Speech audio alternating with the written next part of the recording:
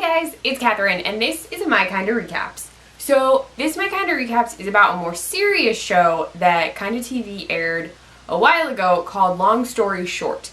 Now, most of the shows I talk about on here from KindaTV are like comedies. There's a little bit of drama, but overall the comedy sort of outweighs the drama, or it's like even comedy drama, sort of a mix. Long Story Short is a lot more drama.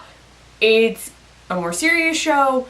It's actually based on real life events that happened to the creator, writer, and star Katie Boland. So in this series, Kristen, played by Katie, has just failed out of art school. She's moved from New York back to her hometown of Toronto, and she's spending the summer with her friends. Now, her friend Lucy is on break from school, and her friend Carson was recently in England and had come back to Toronto because, I don't know if it's because or just so happens to coincide with her boyfriend getting arrested in London. So the three girls are hanging out together, and because Katie is really upset, there's a lot of drinking, a lot of going out all the time, and so it's a lot of emotional growth and more how Kristen, the main character in the show, who's played by Katie, I'm going to say that a couple times because I have to make sure I say the right name, deals with all of the stress that's going on in her life, because now she doesn't know what she's going to do. She's dealing with old relationships. She's really out of it just for this like whole month of time. So in the first episode, we learned that she had a boyfriend named Andrew. He's her ex. She had broken up with him. He has a new girlfriend, and in her current state, she sort of reacts to him having a girlfriend by freaking out a little bit. She sees him in public and she tells him that she misses him before knowing he has this girlfriend. There's a huge fight that breaks out, but then this leads to her and Andrew having additional like meetups where she's like trying to get a hold of him because she wants to talk, and then he shows up again.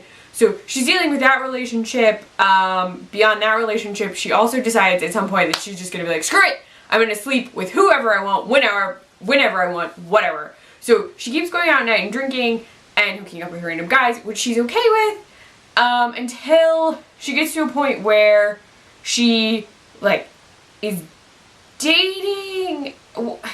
She hooks up with someone and doesn't remember it, but then like she then starts dating someone later and things go crazy, and she's like, I need to take a break, and eventually realizes that she has a drinking problem. So what all of this like partying, going out, being crazy culminates in is her learning that she has a problem. So beyond just relationship issues for Kristen, it's her dealing with the fact that she's not coping with everything well, and she's overcompensating for stress by drinking more than she should, more nights than she should.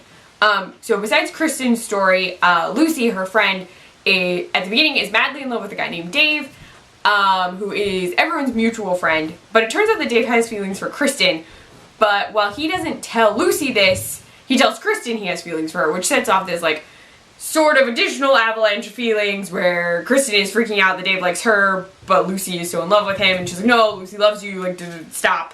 So all of that is going on. There's a storyline that does focus on Kristen and Dave that shows up near the beginning, and then she's ignoring him for a portion of the story, so he comes back into her life near the end for more like follow-up stuff. Carson, her plot is a little bit different.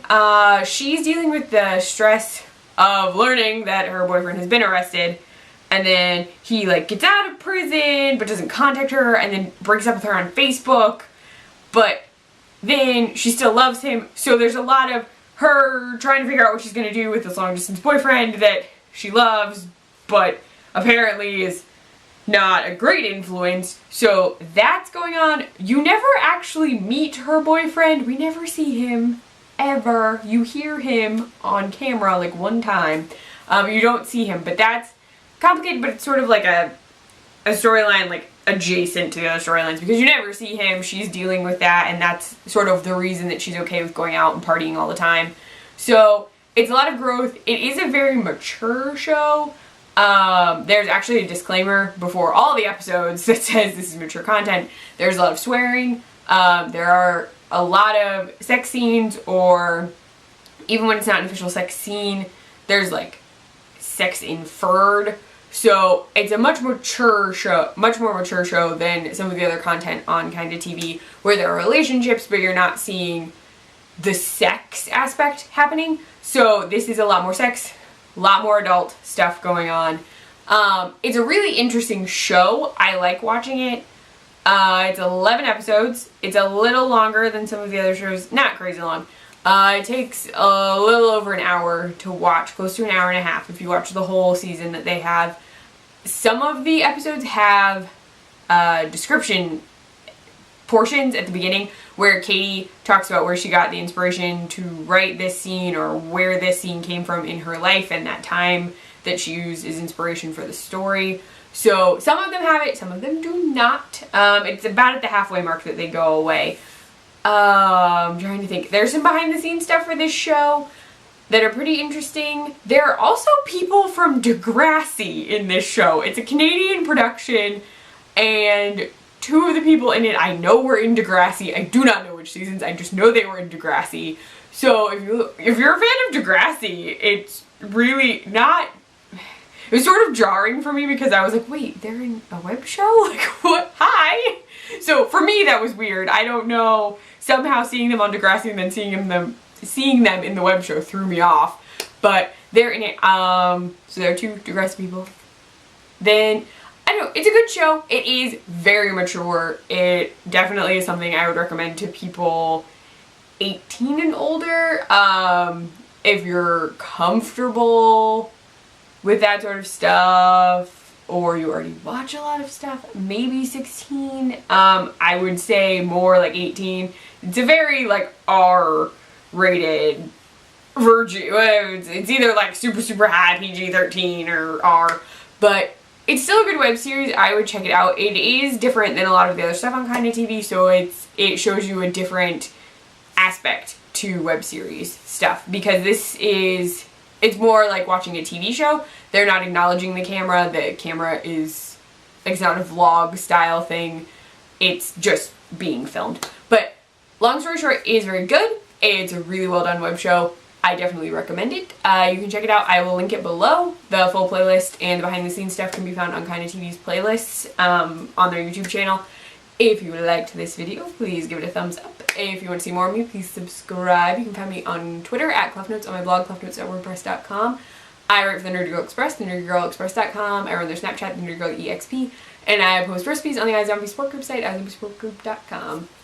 Bye, guys.